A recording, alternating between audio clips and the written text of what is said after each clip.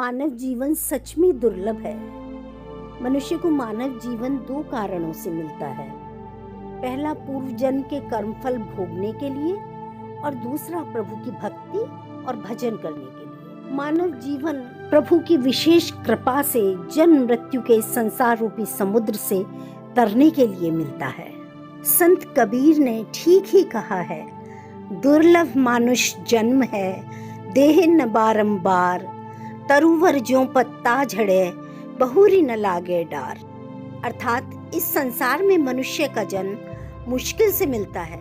यह मानव शरीर उसी तरह बार बार नहीं मिलता जैसे वृक्ष से पत्ता झड़ जाए तो दोबारा डाल पर नहीं लगता। बहुत दुर्लभ है मानव जन्म, असंख्य जन्मों के बाद मिलता है और केवल परमात्मा प्राप्ति के लिए मिलता है। और मानव जन्म मिला है तो श्री कृष्ण के उपदेशों को अपने जीवन में उतारें। जीवन ना तो भविष्य में है और ना ही अतीत में, जीवन तो बस इस पल में है। अतः ना तो अतीत का पश्चाताप करो और ना भविष्य की चिंता, वर्तमान में जियो, क्योंकि सिर्फ ये पल आपके हाथ में है। जीना भी कैसे है? निडर होकर।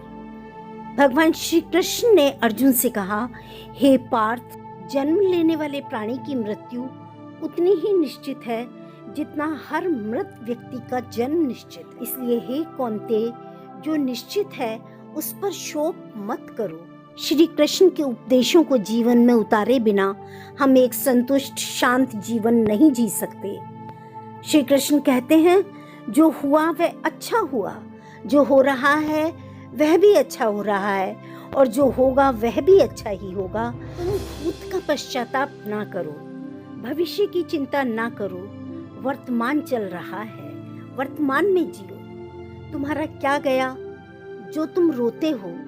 तुम क्या लाए थे जो तुमने खो दिया? तुमने क्या पैदा किया था जो नाश हो गया? ना तुम कुछ लेकर आए, जो लिया यहीं से लिया, जो दिया यहीं पे दिया, जो लिया इसी भगवान से लिया, जो दिया इसी भगवान को दिया। खाली हाथ आए, खाली हाथ चले। जो आज तुम्हारा है कल किसी और का था, परसों किसी और का होगा। तुम इसे अपना समझकर मग्न हो रहे हो। बस यह प्रसन्नता ही तुम्हारे दुखों का सबसे बड़ा कारण है। क्यों व्यर्थ चिंता करते हो? किससे व्यर्थ डरते हो? कौन तुम्हें मार सकता है? आत्मा न पैदा होती है न मरती है, केवल आत्मा ही है जो अमर है। ना यह शरीर तुम्हारा है ना तुम शरीर के हो। यह अग्नि, जल, वायु, पृथ्वी, आकाश से बना है और इसी में मिल जाएगा, परंतु आत्मा स्थिर है। तुम क्या हो? तुम अपने आप को भगवान को अर्पित करो। यह सबसे उत्तम सहारा है। जो इसके सहारे को जानता है वह भय, चिंता, शोक से सर्वदा मुक्त हो जाता है।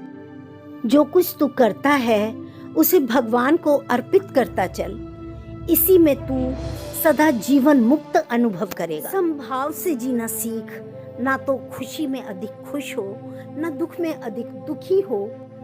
कबीरदास जी ने इस बात को कुछ ऐसे समझाया है कि दुख में सुमिरन सब करें, सुख में करे न कोय। जो सुख में सुमिरन करें तो दुख काहे को होए। जीवन एक अनमोल कहानी है। यदि आपको अपने ईमान को खोकर, आत्मा को बेचकर, स्वाभिमान को गिरवी रखकर अपनी इच्छाएं पूरी करनी पड़े तो इसे एक बहुत महंगा सौदा माना जाएगा।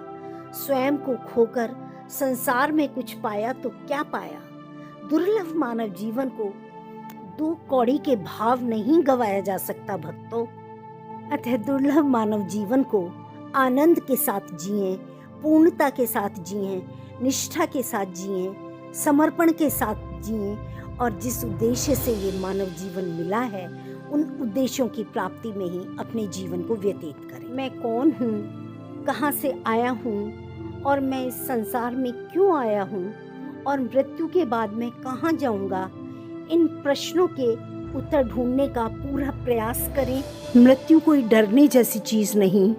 मृत्यु के लिए जो डर आपके मन में है उससे दूर करें, क्योंकि श्री कृष्ण ने स्पष्ट कहा है, जिसे तुम मृत्यु समझते हो वही तो जीवन है।